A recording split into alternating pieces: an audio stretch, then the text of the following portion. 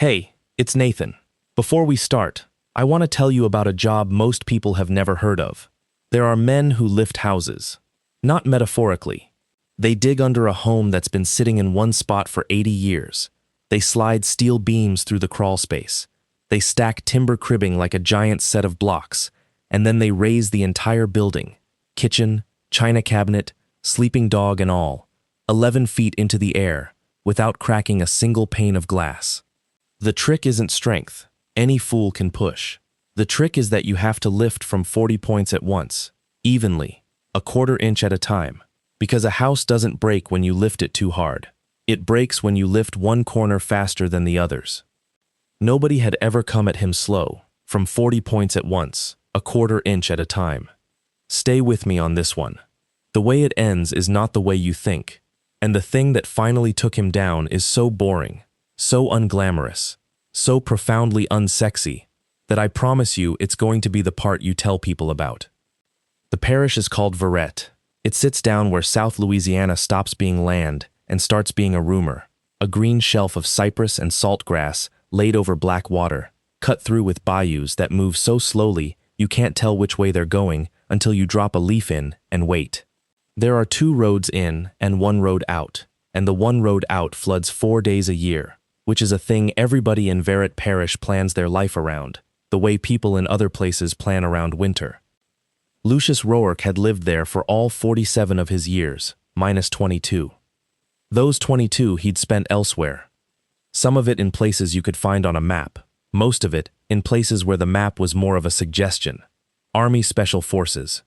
He'd gone in at 19 as a skinny kid from a shrimping family with a talent for fixing outboard motors and an odd, patient temperament, and he'd come out at 41 as a sergeant major, with a spine that clicked when the weather changed and a way of listening to people that made them nervous without him ever saying a word. He never talked about it, not the way people expect. In 22 years he had learned exactly one lesson worth carrying home, and it wasn't about violence. It was this: you almost never beat a system by hitting it. You beat it by finding the 3 things holding it up and getting underneath them. Which is more or less what he did for a living now. Roark House Lifting and Shoring was painted on the side of a white flatbed in letters his father had laid out by hand in 1979.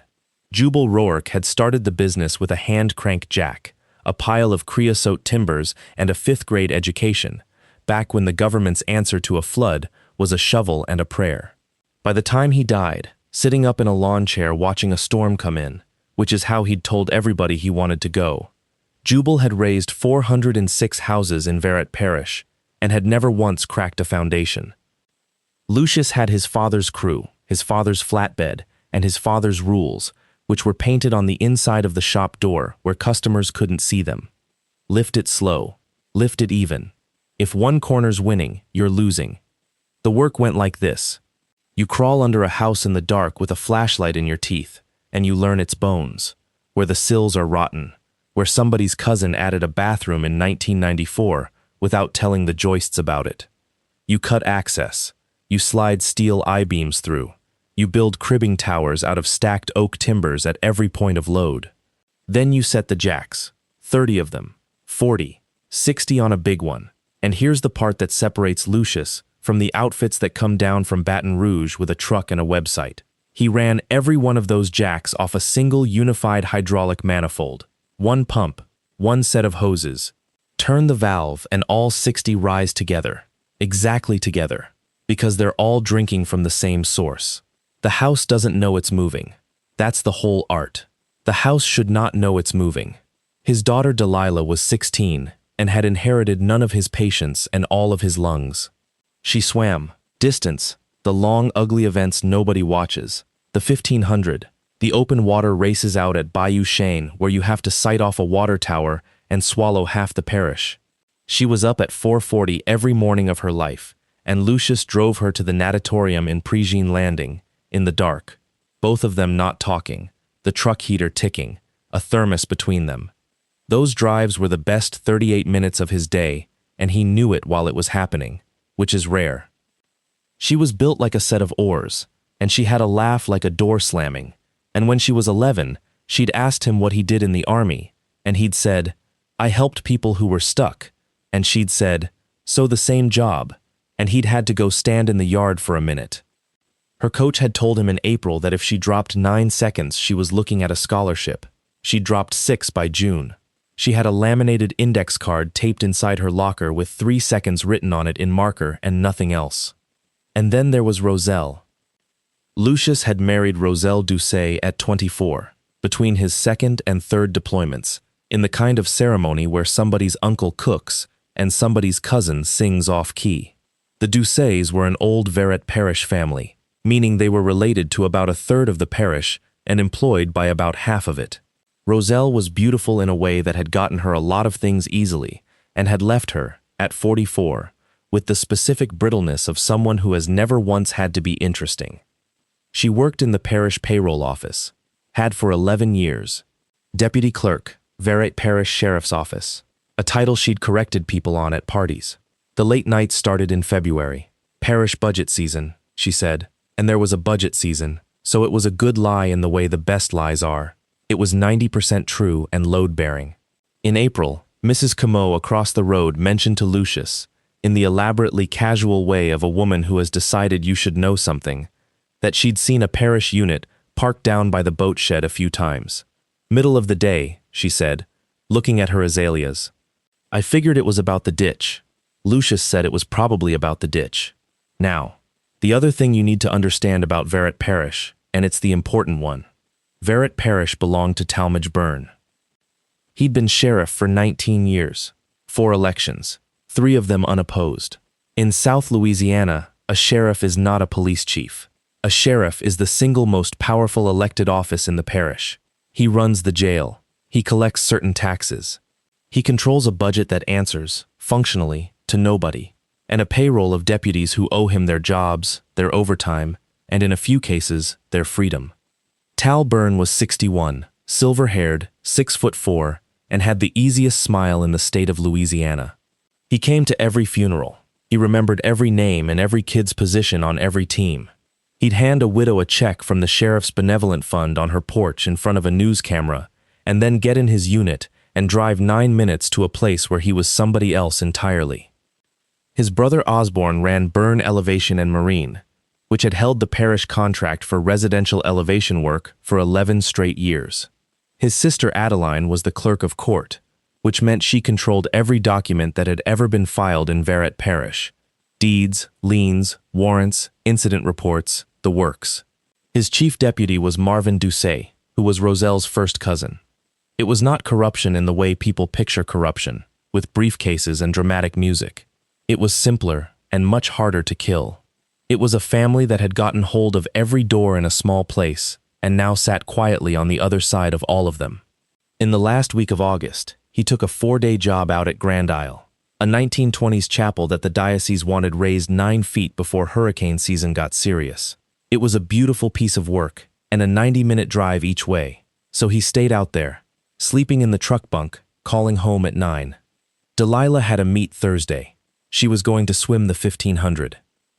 He told her he'd be back Friday night, and they'd get shrimp po' boys at Guidry's, and she could tell him about her splits. And she said, "You always say that, and then you fall asleep in the truck." And he said, "That's the plan." Yeah. And she laughed, the door slam laugh, and that was the last completely ordinary conversation Lucius Roark ever had with his daughter. The chapel came up beautifully. 61 jacks, 1 manifold, a 1/4 inch every 4 minutes, not a crack in a single stained glass panel. Gerald Savoy, his foreman, a 63-year-old ex-shrimper with forearms like dock rope, stood back with his coffee and said what he always said when a lift went clean: "Ain't nothing to it but to do it slow." That was Thursday afternoon. Lucius's phone rang at 6:52 that evening. Willard Prejean's place was on Bayou Chene Road, a 1948 cypress cottage with a porch swing and a rusting shrimp boat in the side yard that hadn't floated since 1991. Willard was 78. His wife Louisa had taught 4th grade in Prejean Landing for 41 years, which meant she had taught roughly everybody, including Lucius, including Tal Byrne. In 2019, after the big water came through, the parish had gotten a stack of federal and state elevation money, grants designed to lift at-risk homes above the floodline, so that FEMA didn't have to keep buying the same houses over and over. Sensible program. Genuinely good policy. Verret Parish had received just under $14 million of it across 4 years, and every single dollar of the residential work had gone to burn, elevation, and marine. They'd lifted the Parish house in the spring of 2021. 2 years later, it was 2.5 inches out of level. The front door wouldn't latch, and there was a crack running up the interior wall of the back bedroom wide enough to put a pencil in. When the water came in October 2023, not a big event, a nuisance event, 18 inches. The house had shifted on its piers, and the floor system had dropped 4 inches on the northeast corner in about a second and a half. Louisa Parish had been in that back bedroom. She'd broken her hip and her wrist, and she'd spent 5 days in Terrebonne General, and then 11 weeks in a rehabilitation facility in Houma. And then she had died the way old people die after a broken hip, which is to say of everything except the broken hip. Willard called Lucius in July, more than a year later, and asked if he'd come look at the house, because he wanted to sell it, and the buyer's inspector had said something he didn't understand. Lucius went out on a Sunday, didn't charge him, crawled under with a flashlight and a laser level and a notebook, and spent 2 hours and 40 minutes down there in the mud with the spiders. The grant file, which Willard had a copy of in a manila envelope in a kitchen drawer, said burn elevation had driven 42 helical piles to a depth of 32 feet, installed a new engineered pile cap system, and elevated the structure to base flood elevation plus 2 feet. Under the house there were 11 piles. 11. He counted them twice, then a third time with the tape, mapping them in his notebook. And they weren't helical piles driven to 32 feet either. They were standard concrete piers on shallow pads, the kind you'd put under a deck. He put his hand flat on one and rocked it, and it moved. Worse, and this was the thing that made Lucius's jaw go tight, you could read the lift itself in the bones. There were compression marks in the sill plates on the 2 street side corners, and almost nothing on the back too. The house had been lifted from 4 points, not 40. Somebody had jacked the front, jacked the back, jacked the front again, walking it up like a man changing a tire, because that's fast and it's cheap and it saves you 3 days of cribbing. That's how you break a house. That's exactly how you break a house. He came out from under there filthy and sat on the steps next to Willard, and Willard said, "Is it bad?" And Lucius, who had been raised by a man with rules painted on a door, said, "It's not right." But he went home and wrote it all down. That was the thing about Lucius Roark that nobody in Verret Parish had properly accounted for, including his wife. The man kept records, not out of suspicion, out of trade. When you lift houses, everything is a number: elevations, loads, pile counts, dates, weather, who signed what. He had 11 years of job files in a fireproof cabinet in the shop, and a habit, learned in a place he didn't talk about, of writing down what he saw on the day he saw it, in ink, with the date at the top.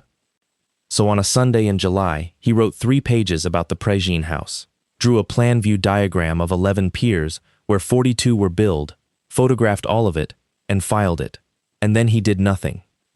He'd think about it sometimes, lying in bed next to a woman who was increasingly not there. $14 million. 11 piles where 42 were built. If they'd done that to Willard, they'd done it to everybody. Meanwhile, Delilah was having the best summer of her life. She also had a best friend named Nova Vidrine who swam sprint, hated distance, and came to every one of Delilah's 1500s to stand at the end of the lane and hold up fingers for the splits. The two of them were a unit.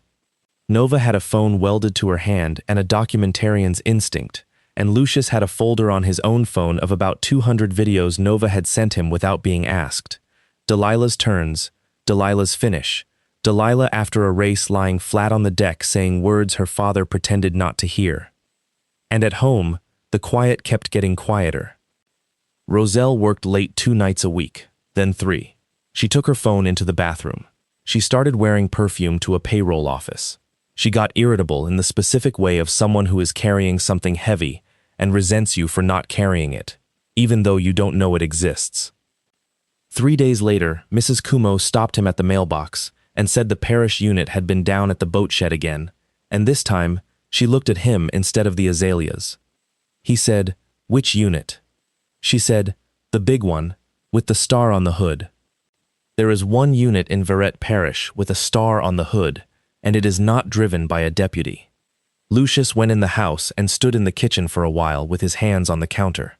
Then he went out to the shop, and he pulled the Parish file out of the cabinet, and he read his own 3 pages again, all the way through, slowly. He put it back, he locked the cabinet, and then he took the Grand Isle job, because it was 90 minutes away and 4 days long, and he needed to be somewhere else, while he decided what kind of man he was going to be about this. That's where he was on the last Thursday in August, up on a scaffold at a chapel by the water, with 61 jacks under it and a phone in his back pocket, when everything in his life came off the cribbing at once. The number on the screen was Terrebonne General. Lucius had been in enough situations to know what his own body did under load, and what it did was go very quiet. His hands didn't shake. His voice came out level. That was not calm. That was the thing that happens instead of calm. A woman said, "Mr. Roark, this is Dr. Solange Terrebonne. I'm the pediatric trauma attending at Terrebonne General. Your daughter Delilah was brought in by ambulance about 90 minutes ago. She's stable. She's awake. I want to say that first." What happened? I'd rather tell you what I have. She has 3 fractured ribs on the left side, 4, 5, and 6. A lacerated left kidney. Significant soft tissue injury across her back and left flank and left forearm. And a hairline fracture of the left ulna. A pause. And then, in a different voice, a voice she probably wasn't supposed to use. "Mr. Roark, I've been doing this for 14 years. I need you to come now." He was in the truck before he'd hung up. Gerald Savoy took one look at his face and took the keys to the site trailer without being asked. Terrebonne General at 9 at night is a bad place. He came up the hall and there was a deputy sitting in a chair outside a room, scrolling his phone. Parish uniform, young, 24, 25. He stood up fast when he saw Lucius coming. Sir, I need you to..." Lucius walked past him, not fast. He didn't touch him. He just walked past him with the specific density of a man who is not going to be stopped by a conversation. And the deputy, whose name was Clyde Trahan, did not put a hand out. That decision would matter later, in ways neither of them could see. Delilah was propped up at maybe 30 degrees because you can't lie flat with those ribs. There was a monitor and an IV and a blood pressure cuff, and her left arm was in a splint, and her face, the left side of her face was swollen from the cheekbone down, and there was a lip split and a scrape along the jaw where skin had met something with grout in it. Her eyes were the worst part. She was completely lucid, and she was terrified, and she was watching the door. Lucius sat down in the chair beside the bed and took her right hand, the one that worked, and said, "I'm here." She started to cry, which with 3 broken ribs is an act of violence against yourself, and he said, Don't, baby. Breathe shallow. I've got you. Don't cry. Just breathe." When she could talk, it came out in a whisper, because a whisper doesn't move your ribs, and it came out in the wrong order, the way real things do. "Dad, I came home early." He said, "Okay." Meet got canceled. There was lightning. They cleared the pool. Nova's mom dropped me off at like 4:30. "Okay." "There was a unit in the driveway. I thought something happened to you." Her hand tightened on his. "I thought it was about you." Lucius said, "Okay," and did not move his face at all. Mom was upstairs. She was with the sheriff. A long, careful, shallow breath. "In your bed." The room was very quiet. Somewhere down the hall a cart went by.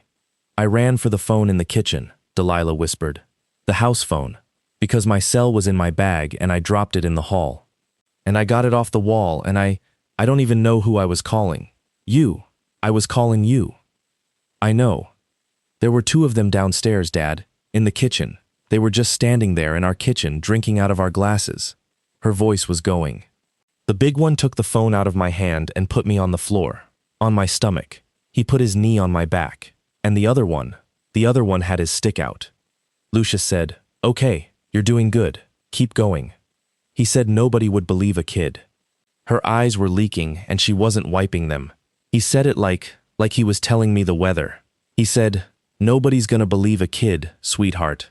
And then he used it. The baton. He hit me multiple times, on my back, and I screamed. Dad, I screamed so loud, and they didn't stop. They weren't even mad. He was laughing. The one with the phone was laughing. Which one had the phone? The skinny one. He was filming. Lucius nodded slowly. Where was your mother? Delilah looked at the ceiling for a second. Upstairs, she said. She never came down. And then, in the smallest voice he had ever heard out of her, Dad, they're still there. They were still there when the ambulance came. He was in the kitchen.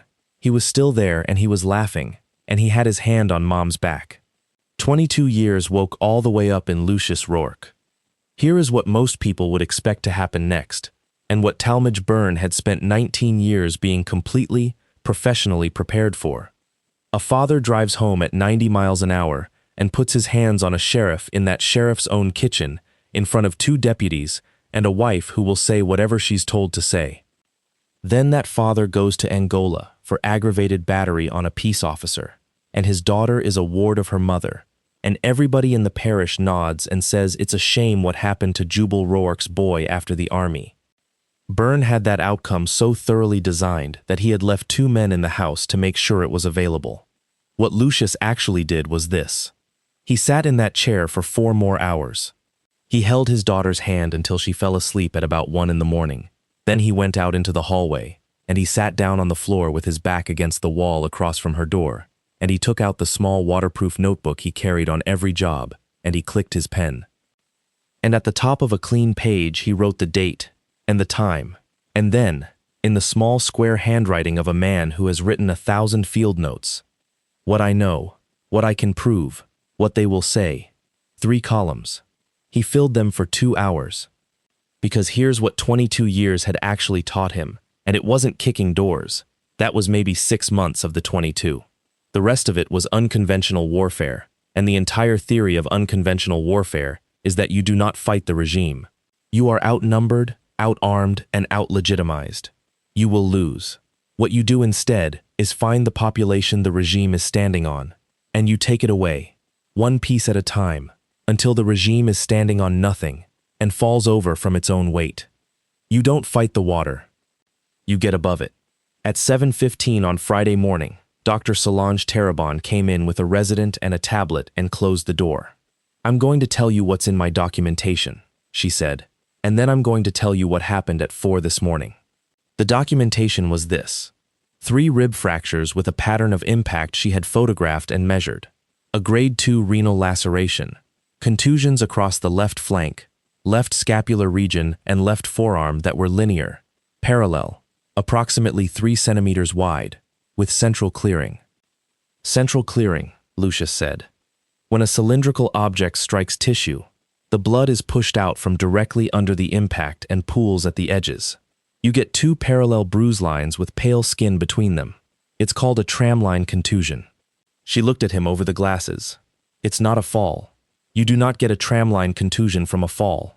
There are 4 of them. 3 across the back, 1 on the forearm.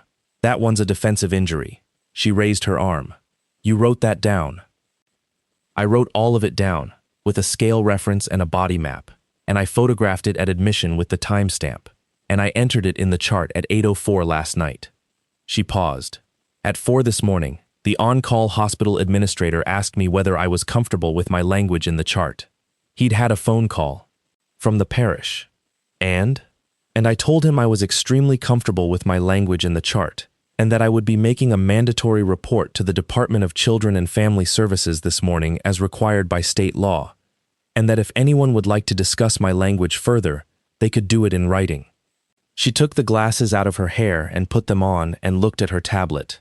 Mr. Roark, there is already a sheriff's incident report on this. It was filed at 6:40 p.m. last night, before the ambulance had cleared my bay. Lucius went very still. What does it say? I have the number, not the narrative. But the intake nurse took it verbally from the transporting deputy. She read off the tablet. Juvenile female sustained injuries in a fall from exterior porch steps at the residence. No third party involved. Parent present and witnessing. There it was. Column 3. Which parent? Lucius said. The mother, said Dr. Terabon. Lucius Roark sat in a hospital chair, and absorbed the fact that his wife had signed her name to a document that turned her daughter's beating into a clumsy child falling down some steps. He said, "Doctor, 2 things. 1. Do not let anyone move her out of this hospital, into a parish facility, or into anyone's custody but mine, without a court order that you have personally read. That was already my plan. 2. He stood up. Whatever you did at 4 in the morning, thank you. You're going to catch hell for it." "Probably," said Solange Terrebonne, and went to see her next patient. He drove home at 9 in the morning. He did not go inside. There were 2 vehicles in the drive, Roselle's Tahoe and a marked Verret Parish unit, number 114. He took out his phone and photographed them, wide so you could see the house and the road and the mailbox. Then he zoomed and photographed the plate. Then he photographed the timestamp on the gas station receipt, and photographed the receipt next to the truck's odometer, because a man who has spent 11 years documenting job sites for insurance carriers knows exactly how a photograph gets attacked and exactly what makes one bulletproof. At 9:41 a.m., Deputy Garner Pitre came out of Lucius Roark's front door carrying a plate with a sandwich on it. Lucius photographed that too. Then he drove into Préjean Landing and did the second hardest thing, which was to walk into a law office and ask for help. Amélie Guillory had an office above a shoe store on Main Street with a window unit that dripped into a coffee can. She was 51, had done 8 years as a public defender in Orleans Parish before coming home to take care of her mother, and had a reputation in Verret as the only lawyer in the parish who had never taken a burn case, a burn referral, or a burn lunch. When he finished, she said, "I'm going to say some things, and you're going to hate all of them. Go ahead. 1. If you file a complaint with the Verret Parish Sheriff's Office, it goes to Chief Deputy Marvin Doucette, who is your wife's first cousin, and it dies. 2. If you go to the district attorney, he was elected with burn money, and he has a son on the department. 3. If you go to the parish court, you get Judge Beauregard Isbell, who owes his seat to the same people, and who signs whatever Adeline Byrne puts in front of him. 4. She held up a 4th finger. There is already a report saying she fell. That report was filed by a deputy, witnessed by her mother, and time-stamped by the clerk of court's office. In any Louisiana courtroom, that is a business record. You are not walking in with a story. You are walking in against a document. The doctor's photographs are excellent, and they'll be attacked as consistent with a fall-down wooden steps, and they'll hire a man from Shreveport with a CV to say so, and a jury of Verret Parish residents, who all know exactly who signs their brother-in-law's paycheck, will be asked to choose between a document and a theory. She leaned back. "Lucius, I'll take this. I want you to know I'll take it. I'm telling you where the walls are." "So where's the door?" "There isn't one," Amélie Guillory said. "Not in this parish. Every door in Verret Parish opens into the same room." Lucius sat there for a moment with his hat in his hands. And then he said, slowly, like a man doing arithmetic he doesn't yet believe, "What about a door that isn't in this parish?" She frowned. "Meaning?" "Burn Elevation's residential contract," he said. "The lifts. Where does that money come from?" Amélie Guillory looked at him for a long moment. "Baton Rouge," she said, "and most of Baton Rouge's is federal pass-through. Why?" Lucius Roark stood up and put his hat on. "Because I crawled under one of those houses in July," he said, "and I counted." For the next 11 days, Lucius Roark did what he had done for 406 houses before this one. He surveyed. He got Delilah discharged on the Monday into his sole physical custody, on Dr. Terrebonne's chart and a temporary order that Amélie Guillory drove all the way to Houma to get from a judge who had never heard of Verret Parish. He set her up in the downstairs bedroom at his sister's place across the parish line in Assumption, because he was not going to have his daughter sleeping in a house with a doorway that Garner Pitre knew the width of. Then he crawled under 19 houses. Every residential elevation, burn elevation, and marine had performed under the parish grant program since 2019. He got the addresses out of public record.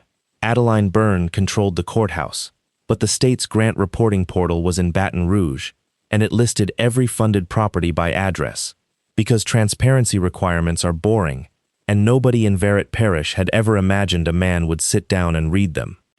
19 houses. He knocked on 19 doors and said, "Ma'am, my name's Lucius Roark. I lift houses. Your house was lifted with government money, and I think it was done wrong, and I would like to look under it for free and give you a written report you can do whatever you want with." Here is what he found, and this is the part where a man's trade becomes a weapon. Across 19 houses, Burn Elevation had billed the grant program for 688 helical piles. Under those 19 houses, there were 209 piers, and only 31 of them were helical piles at all. The rest were shallow concrete, $60 of material and an afternoon. They had billed for engineered pile caps on all 19. He found engineered caps on 4. And on 11 of the 19, he could read in the sill plates that the house had been walked up on 4 points instead of lifted on 40. Compression bruising at the corners, nothing in the middle. Crack patterns radiating from the interior load-bearing walls in a signature so consistent it was almost a signature. The same crew doing the same wrong thing the same way, over and over, because it was fast. $14 million of federal and state money to raise 19 houses out of the flood, and what the parish had actually bought was 19 houses balanced on deck piers with cracks in the walls and old people asleep inside them. He documented every one of them the way he documented an insurance job. Measured plan view diagrams, photographs with a scale rod in frame, GPS, date, weather, and a signed one-page summary he handed to the homeowner in an envelope. He kept a duplicate. He put the duplicates in a fireproof box, and then, because he was a man who thought about what happens when the shop burns down, he drove 90 minutes to a bank in Thibodaux, outside Verret Parish, and rented a box, and he put a second complete set in it. And then, standing in the parking lot of that bank in Thibodaux, he had the thought that changed everything. Because 688 helical piles that were never driven is real money. Call it $1.5 million. 14 million had gone into that program. Even with fake surveys and fake caps, even with the world's greediest markup, Burn Elevation could not have eaten $14 million on 19 houses. Unless the labor was free. Lucius stood in the parking lot with his keys in his hand and thought about the crews. He'd seen a Burn Elevation crew exactly twice, both times at a distance. 10, 12 men, white van, and now that he was thinking about it, no company shirts, no boots half of them, and a parish unit parked at the end of the road both times, which he had registered at the time as the sheriff's brother's job site. Of course there's a unit, and not registered at all as what it was. That's not a job site security detail. That's a guard. Verret Parish ran a work release program out of the parish jail. Every Louisiana sheriff can. It's legal, it's common, and on paper it is a genuinely good thing. Non-violent inmates near the end of a sentence go out to a job during the day, earn a wage, keep some of it, pay some to the parish for their keep, and come home to the jail at night with a skill and a bank account. It is supposed to be the on-ramp back into a life. Lucius drove to the parish jail's public window and asked, as a contractor, for the work release program information sheet, which they cheerfully gave him because contractors ask for it all the time.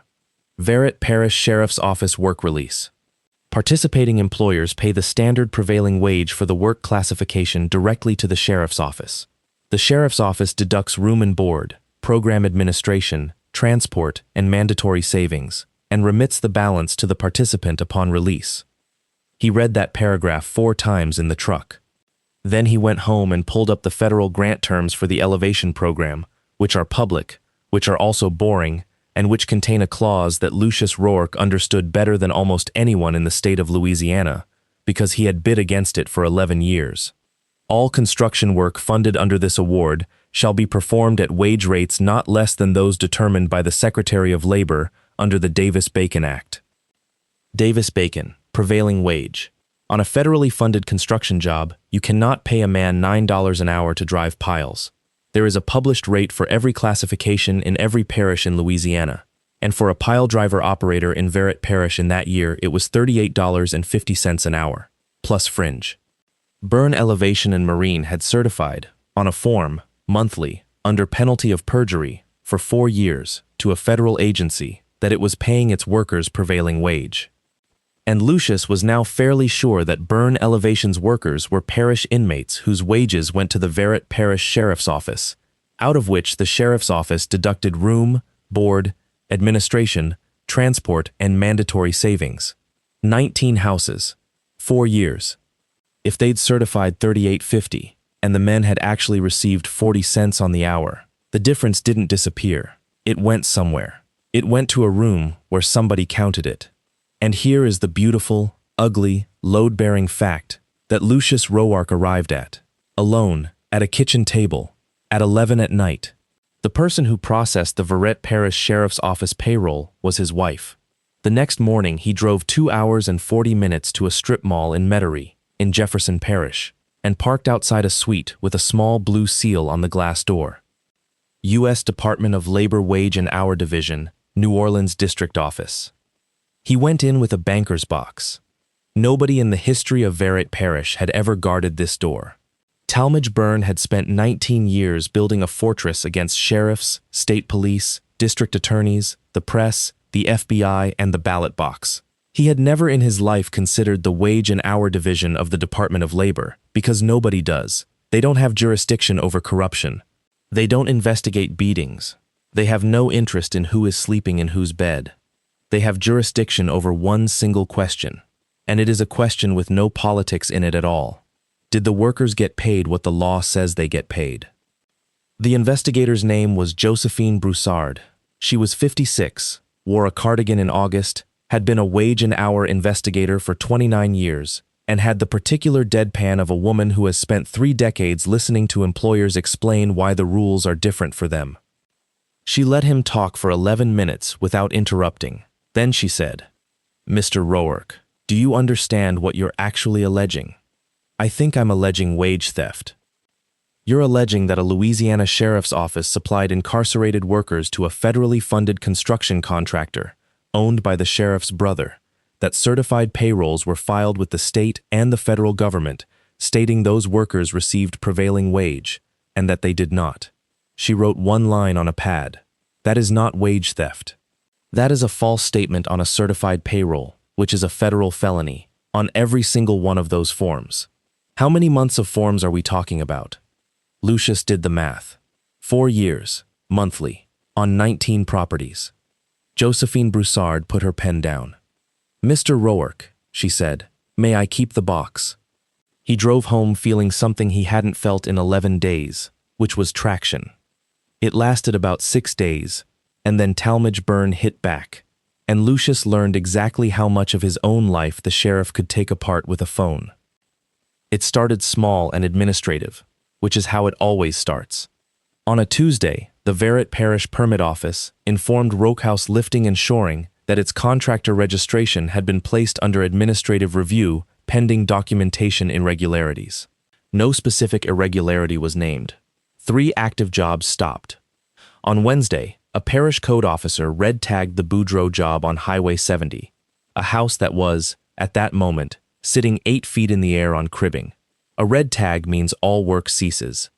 Lucius stood in the road and explained, with more patience than he felt, that a house on cribbing is not a thing you walk away from, that a hurricane was in the Gulf, and that if that structure stood on unfinished cribbing through a wind event, people would die.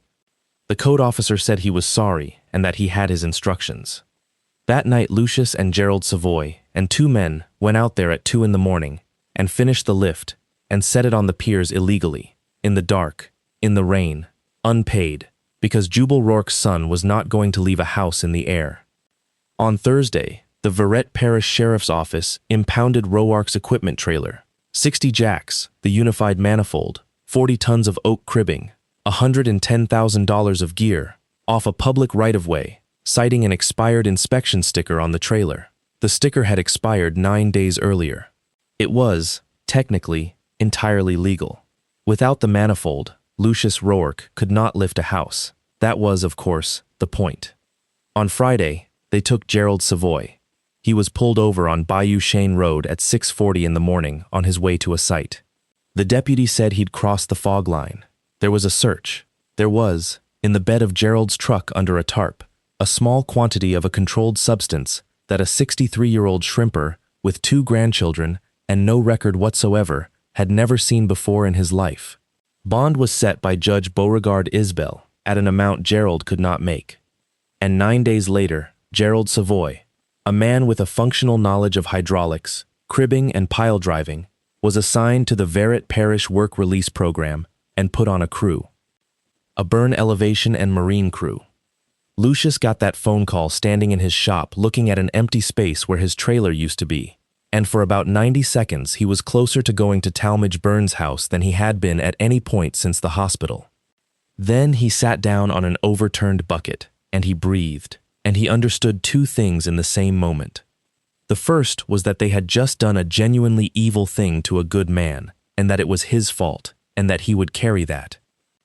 The second was that Talmadge Burn, in an act of pure reflexive spite, had just put a friendly, articulate, credible, fully conscious 63-year-old witness with 30 years of construction experience directly inside the crew. Then he called Josephine Broussard and said, "There's a new man on the crew. His name is Gerald Savoy. He's mine, and he can testify to every single thing you need somebody to testify to."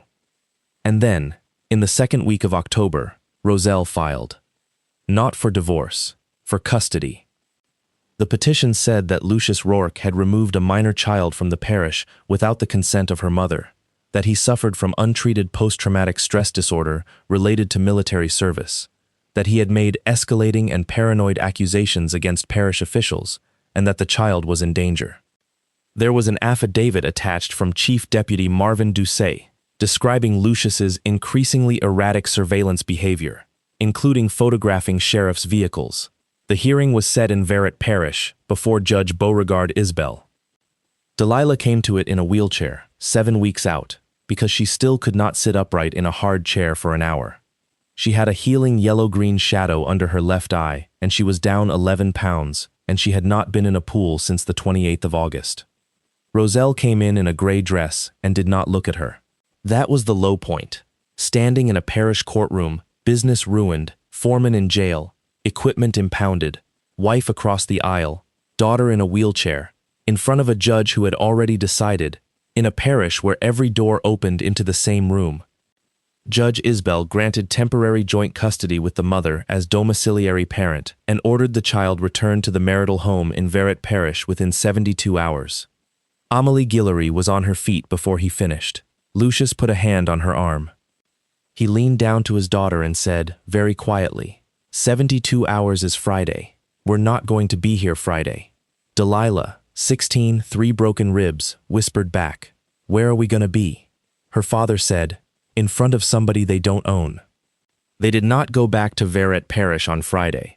On Wednesday afternoon, Amelie Guillory filed an emergency writ application with the Louisiana First Circuit Court of Appeal in Baton Rouge, a court that sits 61 miles and one entire universe outside of Talmadge Burns' reach. Attached to it were Dr. Solange Terrebonne's admission photographs, her body map, her tramline contusion measurements, and her mandatory report to the Department of Children and Family Services, which had been sitting in a state database since the first week of September, doing absolutely nothing because it had been routed for investigation to, and this is true, and it is the entire disease of a place like Verret Parish in one line, the Verret Parish Sheriff's Office. The First Circuit stayed Judge Isbell's order in 19 hours. There had not been a mistake. And then, on the 16th of October, at 8:40 at night, a young man knocked on the door of Lucius's sister's house in Assumption Parish, out of uniform, in a saint's hoodie, with his hands visible. Clyde Trahan was 25 years old. He'd been a Verret Parish deputy for 14 months. He was the one who had been sitting in the chair outside Delilah's hospital room and had not put out a hand. He said, "Mr. Roark, I'm going to get killed for being here." Lucius said, "Come in the kitchen. I'll make coffee." Clyde Trahan talked for 4 hours. He had not been in the house on the 28th of August. He had been the transporting unit. He'd ridden in the ambulance and sat outside her room, and he had read the incident report that Garner Pitre filed, and he had known, sitting in that plastic chair at 9 o'clock at night, that a girl on the other side of that wall had not fallen down any steps. He had spent 7 weeks not sleeping. "I want to tell you what I know," he said, "but you gotta understand. Me saying it isn't worth anything. It's my word against Pitre and Naquin and her mama. I know how that goes. I don't want your word, Lucius said. I want to know where the recordings are. Clyde Trahan looked up. What recordings? Son, Lucius said, you work in a jail. And this is the hinge of the entire story. And it is the reason that men like Talmadge Byrne eventually lose. And it has nothing to do with courage or violence or a father's rage. Everything in a jail is recorded. Every inmate phone call, by policy, with a recorded announcement, retained for years. Every booking, every intake, every housing move logged with a timestamp because the state requires a headcount audit. Every commissary purchase, every account deposit, every disbursement, itemized, because it is somebody's money, and money in a government facility has to be journaled. Talmadge Byrne had built a machine that ran on the total surveillance of poor men. He had simply never once considered that a surveillance system is not loyal. The work release payroll, Lucius said. Where does the money physically go? Inmate banking, Clyde said slowly. It's a module. It's on the jail management system. Every guy's got a ledger. Can you see a ledger? Anybody with a login can see a ledger. It's not, he stopped. Mr. Roark, it's not secret. It's just nobody looks. Josephine Broussard had been unable to get those records for 6 weeks. She had sent a request. The Verret Parish Sheriff's Office had responded with a letter about the burden of production. Now, a Department of Labor investigator cannot go poking through a jail's computers on a hunch. But a Department of Labor investigator who has a signed, sworn declaration from a sitting deputy stating, specifically, that the records exist, where they are, what module they live in, and that they show what she believes they show, that investigator can walk into a United States Attorney's office and get a subpoena. On the 4th of November, a federal grand jury subpoena was served on the Verret Parish Sheriff's Office for the complete inmate banking, work release assignment, and release date records for a 48-month period. And on the 11th of November, Josephine Broussard called Lucius Roark and said, in a voice with something in it he had not heard from her before, Mr. Roark, I need to tell you about the dead time. Here is what the records showed. Over 4 years, Byrne Elevation and Marine had submitted certified payrolls to the state grant office, claiming its pile crews were paid the Davis-Bacon rate of $38.50 an hour. Total certified labor cost across the program, $8,240,000. The Verret Parish Sheriff's Office had invoiced Byrne Elevation for the same labor at that same rate, clean, legal-looking, exactly as the work release program describes. Byrne Elevation had actually paid the sheriff's office $9 an hour in cash-equivalent monthly transfers routed through a company called Cypress Point Services, LLC, whose registered agent was a Baton Rouge lawyer and whose sole member was a trust controlled by Osborne Byrne. The sheriff's office had then credited the inmates' banking ledgers at 40 cents an hour, after deducting room, board, transport, administration, uniform, and a line item called Program Enhancement. 6 men, over 4 years, had finished a full month on a federal pile-driving crew and ended with a negative balance. They had gone to work and paid for the privilege. And then there was the last column. Josephine Broussard had cross-referenced every work release participant's court-ordered release date against the date they actually walked out of the Verret Parish jail. 31 men had been held past their release date. The average was 19 days. The longest was 104. Every single one of them was on a Byrne Elevation crew at the time. They were not held because of paperwork errors. They were held because a house needed lifting and the crew was short. The phrase for it inside that jail, spoken on recorded inmate telephone lines by men trying to explain to their mothers why they weren't home yet, was dead time. Gerald Savoy's release date came and went on the 2nd of November. He was still on the crew on the 11th.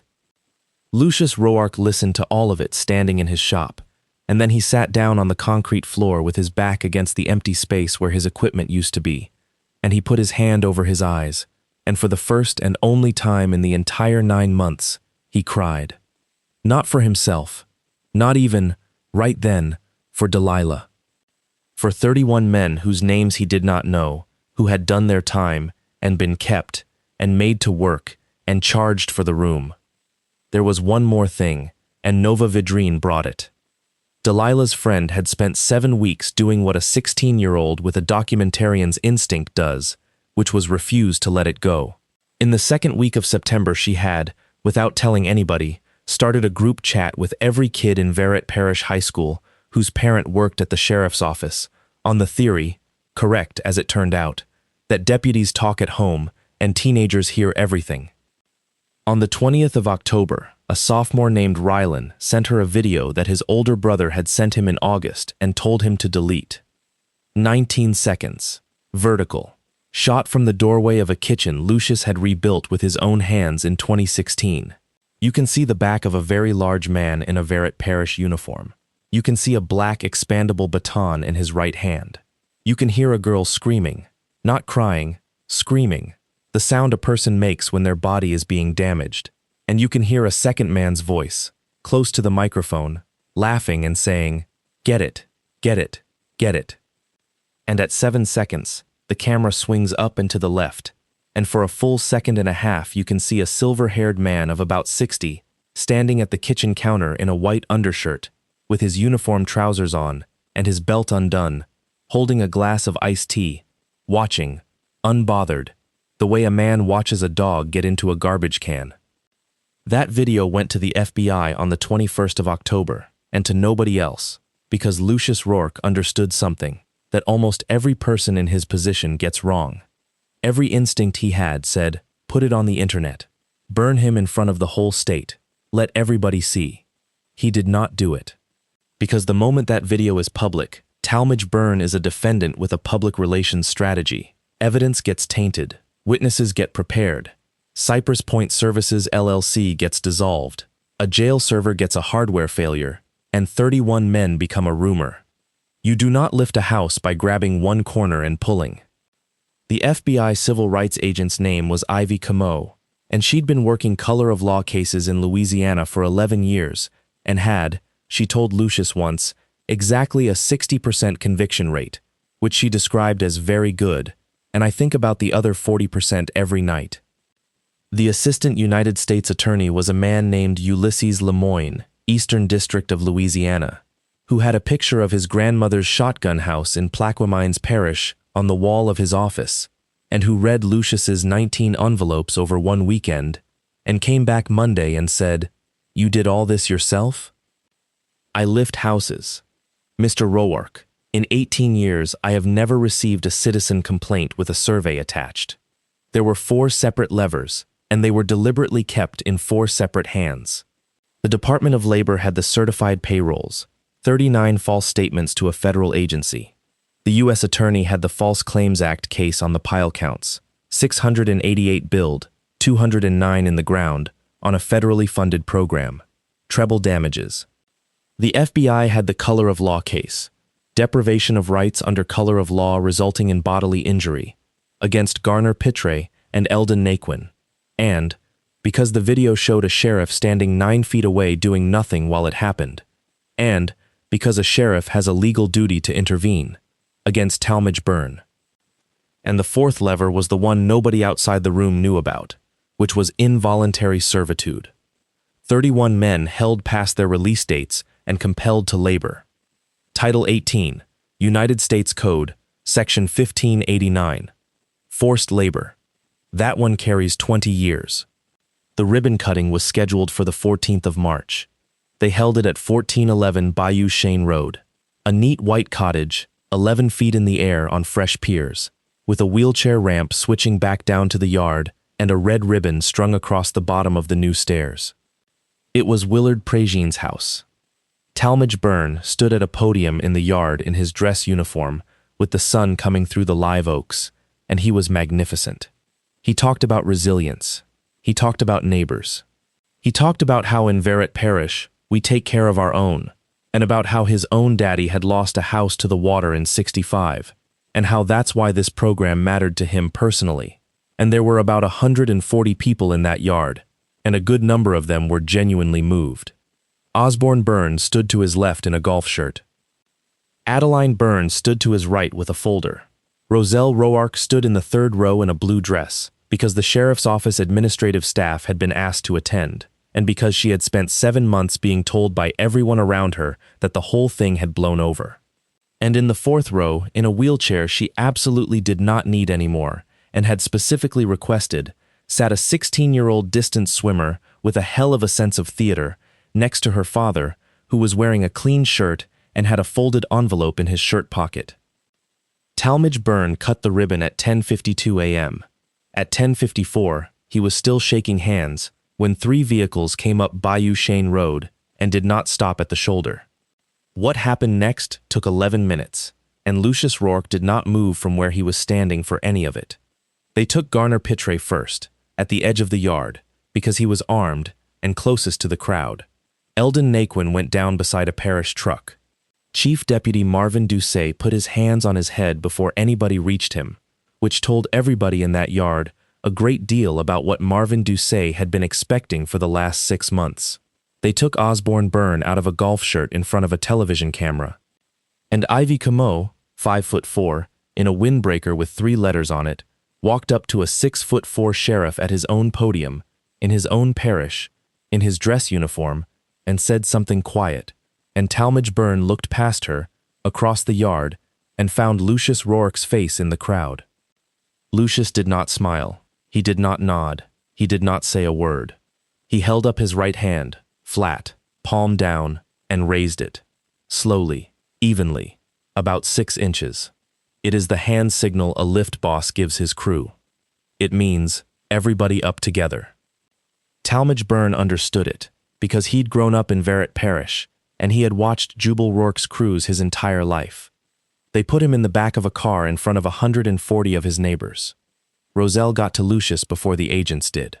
She grabbed his sleeve in the middle of that yard and said, in a whisper that had turned into something with no bottom in it, "Lucius, Lucius, I didn't know they were going to hurt her. I swear to God I didn't know."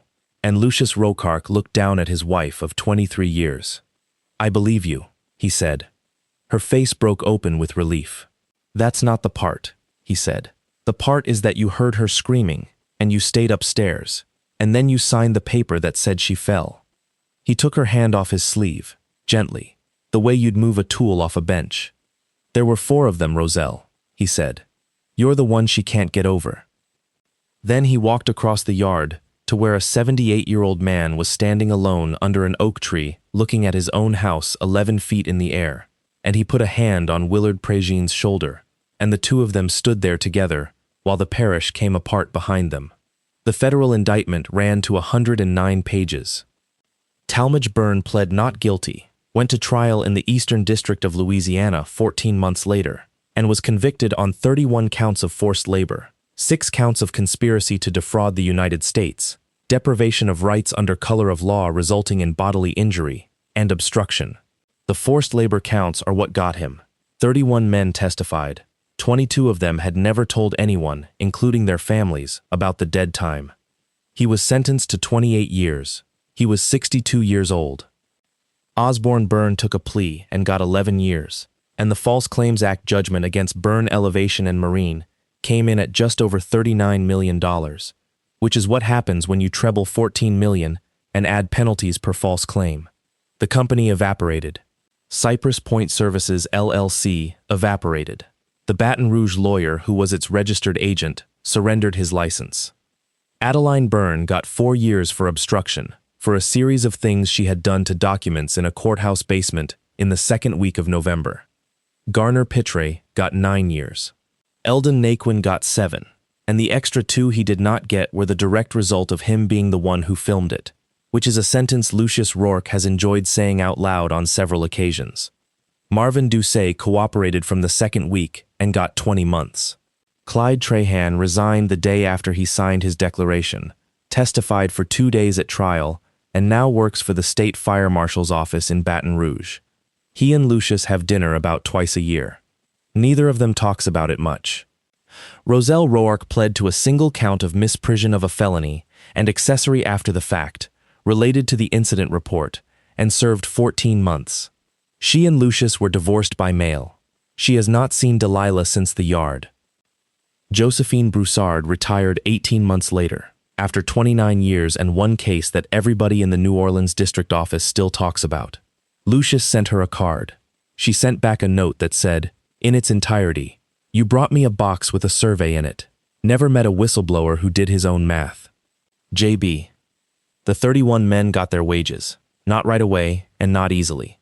It took a court-appointed administrator 2 years, but the restitution order was calculated at the prevailing wage they had been certified at, with interest, and it came to an average of a little over $61,000 a man.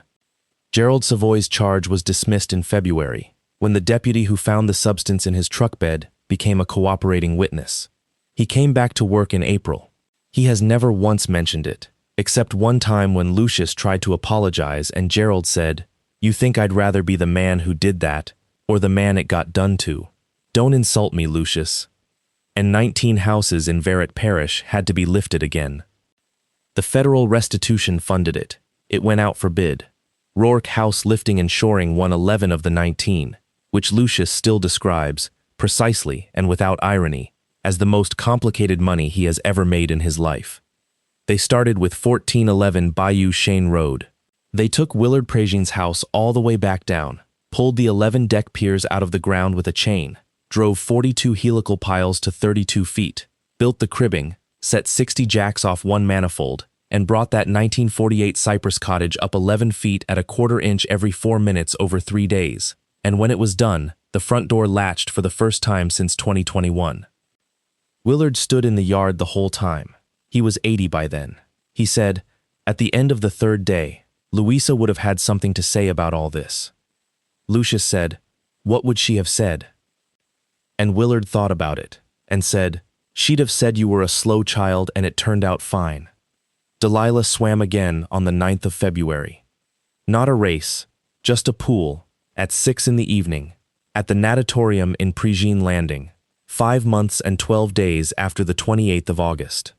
Her father sat in the bleachers with his hat in his hands and watched his daughter get in the water for 50 meters, which was all she could do, and which took her 1 minute and 9 seconds, and which was the slowest 50 of her entire life. She got out at the wall and hung on the gutter and could not get her breath, and Lucius came down out of the bleachers thinking something had gone wrong. She was laughing, the door slam laugh. 3 seconds, she said, gasping. I've got 3 seconds to find, and I just swam a 50 like a manatee. She swam at Texas. She is a junior now. She swims the mile, which almost nobody watches, and her father drives 8 hours to sit in an almost empty natatorium and watch the long, ugly event, and he says it is the best use of a Saturday that has ever been invented. There is a wall in the shop with the rules painted on it. Lucius added a 4th line, underneath his father's 3, in the same white paint, in his own less careful handwriting. Lift it slow. Lift it even. If one corner's winning, you're losing. You don't fight the water. You get above it. So that's Lucius Roark, and I want to tell you the 2 things I actually took away from this one, because they're not the things I expected. The first is about the shape of revenge. Every instinct in that man's body on the night of August 28th was pointed at a kitchen in Parish, and if he had gone there, if he had done the thing that would have felt so good for about 11 seconds, Talmadge Byrne would still be sheriff today. That's not a moral, that's arithmetic. Byrne had built his entire life around being ready for an angry man. He had never once prepared to be audited. The loud response is the one your enemy has already wargamed. It hands them the exit. The quiet one, the one with a scale rod in the photograph and a date at the top of the page, is the one nobody plans for, because nobody believes you'll actually do it. The second thing is smaller, and it's been rattling around my head all week. Nobody who took Talmadge Byrne down was powerful. A pediatric doctor who refused to soften a sentence in a chart, a 25-year-old deputy who couldn't sleep, a 16-year-old with a group chat, a 56-year-old woman in a cardigan in a strip mall office who had spent 29 years asking one boring question. Not one of them could have done it alone, and not one of them was anybody's idea of a hero. They were just people who each held one small true thing and refused to let go of it. And the man in the middle of it wasn't a soldier that day. He was a contractor who knew, better than anybody in the state, that if you want to raise something enormous without breaking it, you don't push harder. You get underneath it, at 40 points at once, and you go slow. Thanks for staying with me. I'll see you in the next one.